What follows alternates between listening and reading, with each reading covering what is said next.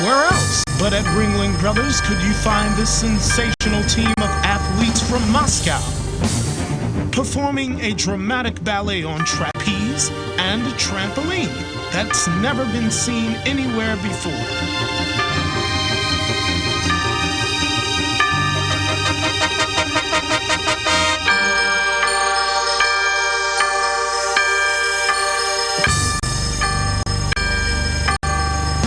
Fearless and beautiful, the grace and safety of this act depends on teamwork and trust.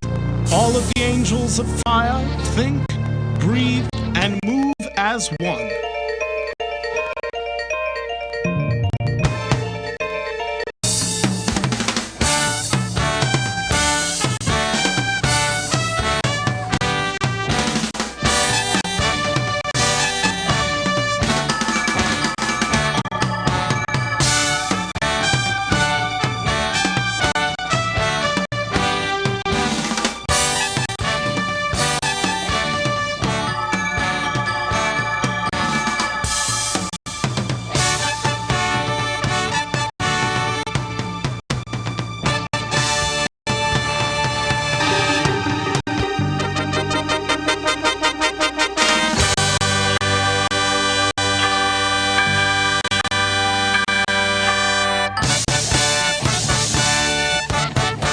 Now this is the circus. The soaring cloud jumpers challenge one another to even greater feats of daring.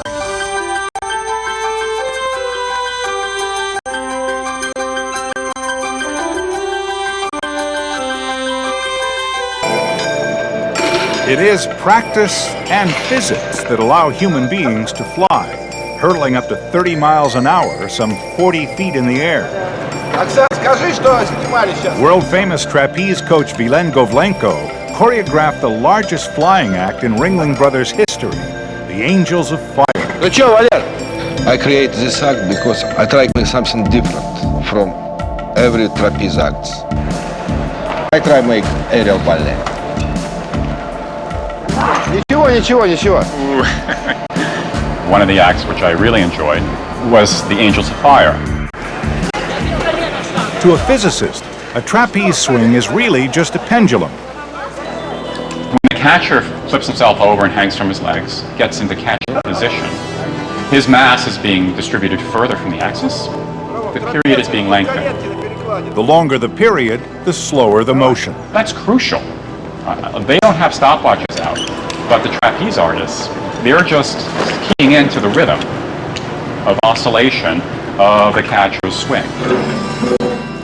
Once the release from the swing is made, there will be a certain amount of time in flight, in free fall, subject to the forces of gravity.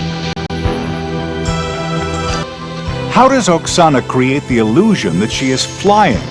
It has to do with the path her body takes, which physicists call a parabolic arc. After a quick, steep climb, she slows down and spends most of her time at the top of the arc.